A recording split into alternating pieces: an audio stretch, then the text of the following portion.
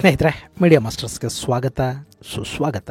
ಗೆಳೆಯರೆ, ಚೈನಾ ಮತ್ತೆ ತನ್ನ ಕಿತಾಪತಿಯನ್ನು ಆರಂಭ ಮಾಡಿದೆ. ಇತ್ತೀಚೆಗೆ ನಡೆದ ಸ್ಪೆಷಲ್ ರೆಪ್ರೆಸೆಂಟೇಟಿವ್ ಮೀಟಿಂಗ್ ಅಲ್ಲಿ ಸೇನೆಯನ್ನ ಹಿಂತೆಗೆದುಕೊಳ್ಳುವ ನಿರ್ಣಯಕ್ಕೆ ಚೈನಾ ಮತ್ತು ಭಾರತಗಳು ಬಂದಿದ್ವು. ಆ ಬಳಿಕ ಅಲ್ಲಿ ಡಿಎಸ್ಕಲೇಷನ್ ಕೂಡ ಶುರುವಾಯಿತು. ಅಂತ ಹೊತ್ತಲ್ಲೇ ಚೈನಾ $137 ಬಿಲಿಯನ್ ದೊಡ್ಡದಾದ ಒಂದು ಪ್ರಾಜೆಕ್ಟ್ ಅನ್ನು ಶುರು ಮಾಡುವುದಾಗಿ ಘೋಷಣೆ ಮಾಡಿದೆ. ಇದು ಭಾರತಕ್ಕೆ ಮುಂದಿನ ದಿನಗಳಲ್ಲಿ ಭಾರಿ ಪ್ರಮಾದವನ್ನುಂಟು ಮಾಡುವ ಲಕ್ಷಣಗಳು ಕಾಣ್ತಾ ಇವೆ. ಸದ್ಯಕ್ಕೆ ಚೈನಾ ಟಿಬೆಟ್ ಅಲ್ಲಿ ಮಾಡ್ತಾ ಇರೋ ಈ ಕೆಲಸದಿಂದ ಇಡೀ ಜಗತ್ತಿಗೆ ಅಪಾಯ ಎದುರಾಗಬಹುದು ಅಂತ ಕೂಡ ಹೇಳಲಾಗ್ತಾ ಇದ್ದು, ಚೈನಾ ಮಾತ್ರ ಆ ಯೋಜನೆಯನ್ನ ನಾವು ಕಂಪ್ಲೀಟ್ ಮಾಡೇ ಮಾಡ್ತೀವಿ ಅಂತ ಹಠಕ್ಕೆ ಬಿದ್ದಿದೆ. ಹಾಗಾದ್ರೆ ಅಲ್ಲಿ ಚೈನಾ ಮಾಡೋದಕ್ಕೆ ಹೋಗ್ತಾ ಇರೋದಾದ್ರೂ ಏನು, ಆ ಪ್ರಾಜೆಕ್ಟ್ ನಿಂದ ಭಾರತಕ್ಕೆ ಹೇಗೆ ತೊಂದರೆ ಆಗುತ್ತೆ ಅನ್ನೋದ್ರ ಬಗ್ಗೆ ಒಂದಷ್ಟು ಮಾಹಿತಿಯನ್ನ ನಾವಿಲ್ಲಿ ನೋಡೋಣ.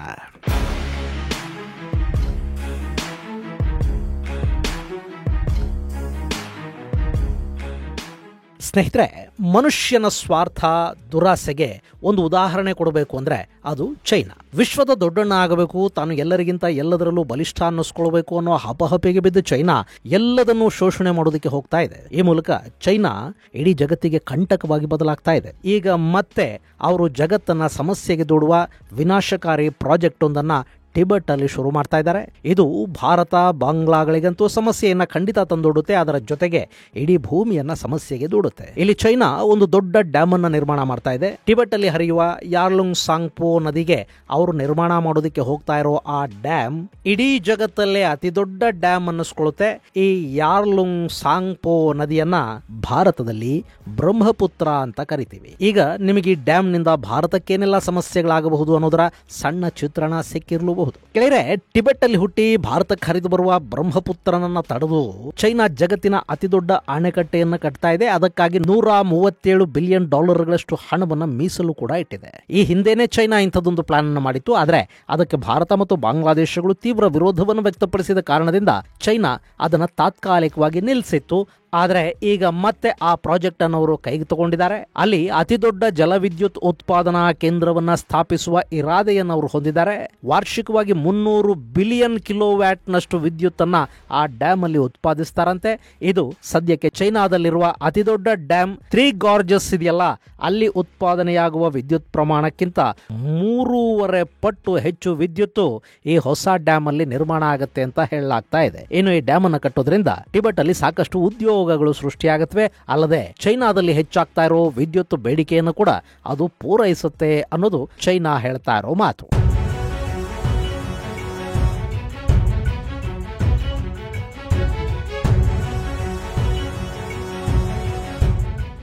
ಇನ್ನು ಈ ಡ್ಯಾಮ್ ಅನ್ನು ಕಟ್ತಾ ಇರೋ ಪ್ರದೇಶ ಕೂಡ ಭಾರತಕ್ಕೆ ತುಂಬಾನೇ ಹತ್ತಿರದಲ್ಲಿದೆ. ನೀವು ಮ್ಯಾಪ್ ಅಲ್ಲಿ ನೋಡ್ತಾ ಇದ್ದೀರಲ್ಲ, ಇದು ಭಾರತ ಹಾಗೂ ಚೈನಾದ ಗಡಿ. ಇಲ್ಲಿಂದ ಸ್ವಲ್ಪ ದೂರದಲ್ಲಿ ಅಂದ್ರೆ ಇಲ್ಲಿ ಬ್ರಹ್ಮಪುತ್ರ ನದಿ ಅಂದ್ರೆ ಟಿಬೆಟ್ ನ ಯಾರ್ಲುಂಗ್ ಸಾಂಗ್ಪೋ ನದಿ ಇದೆಯಲ್ಲ, ಅದು ಒಂದು ಯೂ ಟರ್ನ್ ಅನ್ನ ತಗೊಳುತ್ತೆ.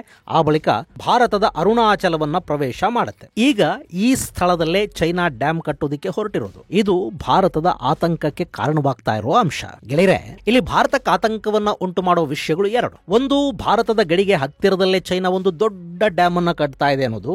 ಎರಡನೆಯದು, ಬ್ರಹ್ಮಪುತ್ರ ನದಿಯ ಮೇಲೆ ಈ ಡ್ಯಾಮ್ ನಿರ್ಮಾಣವಾಗ್ತಾ ಇದೆ ಅನ್ನೋದು. ಯಾಕೆಂದ್ರೆ ಈ ಬ್ರಹ್ಮಪುತ್ರ ನದಿ ಪ್ರತಿ ವರ್ಷ ಭಾರತದಲ್ಲಿ ಪ್ರವಾಹಗಳನ್ನುಂಟು ಮಾಡುತ್ತೆ. ಈ ನದಿಯ ಭೋರ್ಗರೆತ ಎಷ್ಟರ ಮಟ್ಟಿಗಿರುತ್ತೆ ಅಂದ್ರೆ ಇದು ಅಮೆಜಾನ್ ನಂತರ ಸಮುದ್ರಕ್ಕೆ ಅತಿ ಹೆಚ್ಚು ನೀರನ್ನ ಸೇರಿಸುವ ಜಗತ್ತಿನ 2ನೇ ನದಿ ಅನ್ನೋ ಖ್ಯಾತಿಗೆ ಕೂಡ ಪಾತ್ರ ಆಗಿದೆ.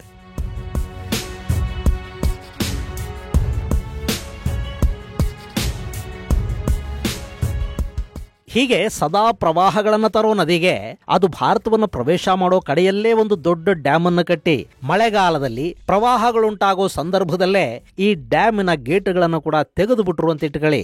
ಆಗ ಭಾರತದ ಈಶಾನ್ಯ ರಾಜ್ಯಗಳು ಪ್ರವಾಹದಲ್ಲಿ ಮುಳುಗಿ ಹೋಗುತ್ತವೆ. ಈ ಡ್ಯಾಮ್ ಅನ್ನ ಬಳಸಿಕೊಂಡು ಕೃತಕ ಫ್ಲಾಶ್ ಫ್ಲಡ್ ಗಳನ್ನ ಸೃಷ್ಟಿ ಮಾಡೋದಕ್ಕೆ ಕೂಡ ಚೈನಾಗೆ ಸಾಧ್ಯ ಆಗತ್ತೆ. ಈ ಡ್ಯಾಮ್ ಮುಂದಿನ ದಿನಗಳಲ್ಲಿ ಭಾರತದ ವಿರುದ್ಧ ಚೈನಾದ ಕೈಯಲ್ಲಿನ ವಾಟರ್ ಬಾಂಬ್ ತರ ಬಳಕೆಯಾಗುವ ಸಾಧ್ಯತೆಗಳಿರುತ್ತವೆ. ಹೀಗಾಗಿನೇ ಭಾರತ ಈ ಬಗ್ಗೆ ತೀವ್ರ ಕಳವಳವನ್ನ ವ್ಯಕ್ತಪಡಿಸ್ತಾ ಇರೋದು. ಇನ್ನು ಇಲ್ಲಿ ಚೈನಾದ ಈ ಡ್ಯಾಮ್ ನಿಂದ ಭಾರತಕ್ಕಷ್ಟೇ ಅಲ್ಲ, ಬಾಂಗ್ಲಾದೇಶಕ್ಕೆ ಕೂಡ ಮತ್ತೊಂದು ರೀತಿಯ ಸಮಸ್ಯೆ ಉಂಟಾಗುತ್ತೆ.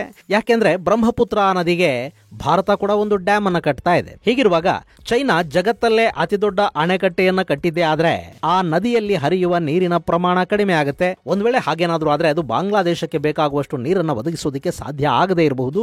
ಇದರಿಂದ ಬಾಂಗ್ಲಾದ ಕೃಷಿಯ ಮೇಲೆ ಒಂದಷ್ಟು ದುಷ್ಪರಿಣಾಮ ಉಂಟಾಗುತ್ತೆ. ಹಾಗೆ ಚೈನಾ ಹೆಚ್ಚುವರಿ ನೀರನ್ನ ಹೊರಗೆ ಬಿಟ್ಟುಬಿಡ್ತು ಅಂತ ಇಟ್ಕೊಳ್ಳಿ, ಆ ನೀರು ಭಾರತದ ಡ್ಯಾಮಿಗೆ ಬರಬೇಕು. ಆಗ ಭಾರತ ಕೂಡ ಅಲ್ಲಿಂದ ನೀರನ್ನ ಹೊರಬಿಡುತ್ತೆ. ಇದು ಬಾಂಗ್ಲಾನ ಕೂಡ ಮುಳುಗಿಸದೇ ಇರೋದಿಲ್ಲ. ಇನ್ನು ಈ ಡ್ಯಾಮ್ ವಿಶ್ವಕ್ಕೆ ಕೂಡ ಕಂಟಕದ ರೀತಿಯಲ್ಲೇ ಕಾಣ್ತಾ ಇದೆ.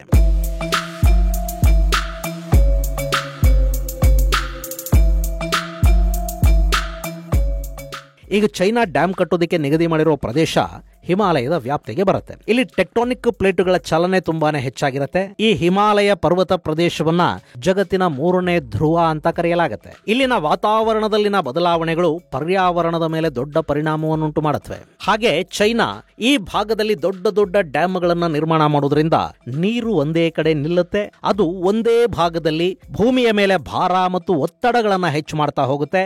ಜೊತೆಗೆ ಇಲ್ಲಿ ನಿಲ್ಲುವ ಭಾರಿ ಪ್ರಮಾಣದ ನೀರು ಮತ್ತು ಅದು ಸೃಷ್ಟಿ ಮಾಡುವ ಅಲೆಗಳಿವೆಯಲ್ಲ, ಅವು ಕೂಡ ಈ ಸೂಕ್ಷ್ಮ ಪ್ರದೇಶದ ಭೂಮಿಯ ಮೇಲೆ ಒಂದಷ್ಟು ದುಷ್ಪರಿಣಾಮವನ್ನು ಉಂಟು ಮಾಡುತ್ತವೆ. ಹೀಗಾಗಿ ಚೈನಾ ಹಿಮಾಲಯದ ತಪ್ಪಲಲ್ಲಿ ಮಾಡೋದಕ್ಕೆ ಹೋಗ್ತಾ ಇರೋ ಯಾವುದೇ ಪ್ರಾಜೆಕ್ಟು ಕೂಡ ಜಗತ್ತಿನ ಭಯ ಮತ್ತು ಆತಂಕಕ್ಕೆ ಕಾರಣ ಆಗ್ತಲೇ ಇರುತ್ತೆ. ಈಗ ಭಾರತ ಕೂಡ ತನಗಾಗುವ ಸಮಸ್ಯೆಗಳಿಗಿಂತಲೂ ಹೆಚ್ಚಾಗಿ ಜಗತ್ತಿನ ಮೇಲಾಗುವ ದುಷ್ಪರಿಣಾಮಗಳ ಬಗ್ಗೆನೇ ಅತಿ ಹೆಚ್ಚು ತಲೆ ಕೆಡಿಸ್ಕೊಳ್ತಾ ಇರೋದು. ಇನ್ನು ಈ ಬ್ರಹ್ಮಪುತ್ರ ನದಿ ಇದೆಯಲ್ಲ, ಇದು ಮಾನಸ ಸರೋವರದಲ್ಲಿ ಹುಟ್ಟಿ ಟಿಬೆಟ್ ಮೂಲಕ ಭಾರತಕ್ಕೆ ಬಂದು ಅಲ್ಲಿಂದ ಇವತ್ತಿನ ಬಾಂಗ್ಲಾದೇಶದಲ್ಲಿ ಹರಿದು ಬಂಗಾಳ ಕೊಲ್ಲಿಯನ್ನ ಸೇರುವವರೆಗೆ ಸುಮಾರು 3,000 ಕಿಲೋಮೀಟರ್ಗಳಷ್ಟು ಹಾದಿಯನ್ನ ಸವಿಸುತ್ತೆ. ಇನ್ನು ಈ ನದಿಯ ಅತಿ ಹೆಚ್ಚು ಆಳ ಅಂದ್ರೆ ಅದು 135 ಮೀಟರ್. ಬ್ರಹ್ಮಪುತ್ರ ನದಿಯ ನೀರು ಕೂಡ ಅತಿ ಹೆಚ್ಚು ಪ್ರಮಾಣದಲ್ಲೇ ಇರುತ್ತೆ. ಅಷ್ಟೇ ಅಲ್ಲದೆ ಈ ಬ್ರಹ್ಮಪುತ್ರ ಭಾರತವನ್ನು ಪ್ರವೇಶಿಸಿದ ನಂತರ ಅತಿ ಹೆಚ್ಚು ಮಳೆ ಬೀಳುವ ಪ್ರದೇಶಗಳ ಮೂಲಕ ಹಾದು ಬರುವುದರಿಂದ ಮತ್ತು ಈಶಾನ್ಯ ಭಾಗದ ಪ್ರಮುಖ ನದಿಗಳು ಬ್ರಹ್ಮಪುತ್ರ ನದಿಯನ್ನ ಸೇರಿಕೊಳ್ಳೋದ್ರಿಂದ ಈ ನದಿಯ ಹರಿವು ಹೆಚ್ಚಾಗೋದು ಭಾರತಕ್ಕೆ ಬಂದ ನಂತರನೇ. ಸೊ ಚೈನಾ ಏನೇ ಡ್ಯಾಮ್ ಕಟ್ಟಿದ್ರು ಭಾರತಕ್ಕೆ ಬರೋ ನೀರನ್ನ ತಡೆಯೋದಕ್ಕೇನು ಸಾಧ್ಯ ಆಗೋದಿಲ್ಲ. ಆದ್ರೆ ಚೈನಾದ ಡ್ಯಾಮ್ ಭಾರತದಲ್ಲಿ ಅಕಾಲಿಕ ಪ್ರವಾಹಗಳಿಗೆ ಕಾರಣವಾಗುವ ಸಾಧ್ಯತೆ ಅಂತೂ ಇದ್ದೇ ಇರುತ್ತೆ. ಇದು ಭಾರತದ ಚಿಂತೆಗೆ ಕಾರಣ ಆಗ್ತಾ ಇರೋ ವಿಷಯ.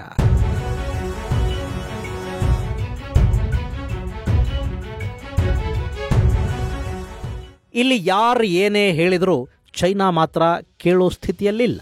ನಾವು ಈ ಡ್ಯಾಮ್ ಬಗ್ಗೆ ಸಾಕಷ್ಟು ಅಧ್ಯಯನಗಳನ್ನು ಮಾಡಿದೀವಿ. ಇದರಿಂದ ಯಾರಿಗೂ ಯಾವ ಸಮಸ್ಯೆನೂ ಆಗೋದಿಲ್ಲ ಅಂತಲೇ ಚೈನಾ ಈ ಬಗ್ಗೆ ಹೇಳ್ತಾ ಬರ್ತಾ ಇದೆ. ಪ್ರಾಜೆಕ್ಟ್ ನಿಂದ ಭಾರತಕ್ಕಾಗ್ಲಿ ಬಾಂಗ್ಲಾಗಾಗ್ಲಿ ಯಾವ ಸಮಸ್ಯೆನೂ ಉಂಟಾಗೋದಿಲ್ಲ ಅಂತ ಕೂಡ ಅವರು ವಿತಂಡವಾದವನ್ನು ಮಾಡ್ತಾ ಇದ್ದಾರೆ. ಹಾಗೆ ಈ ಯೋಜನೆಯಿಂದ ನಾವು ಹಿಂದೆ ಸರಿಯೋ ಪ್ರಶ್ನೆನೇ ಇಲ್ಲ, ಇದನ್ನ ನಿರ್ಮಾಣ ಮಾಡಿಯೇ ತೀರ್ತೀವಿ ಅನ್ನೋದು ಚೈನಾದ ಹಠ.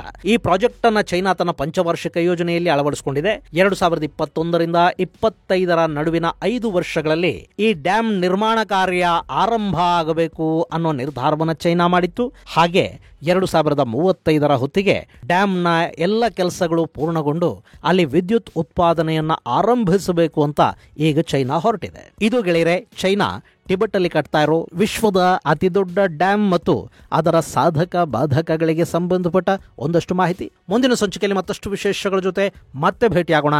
ಅಲ್ಲಿವರೆಗೆ ಜೈ ಹಿಂದ್, ಜೈ ಕರ್ನಾಟಕ.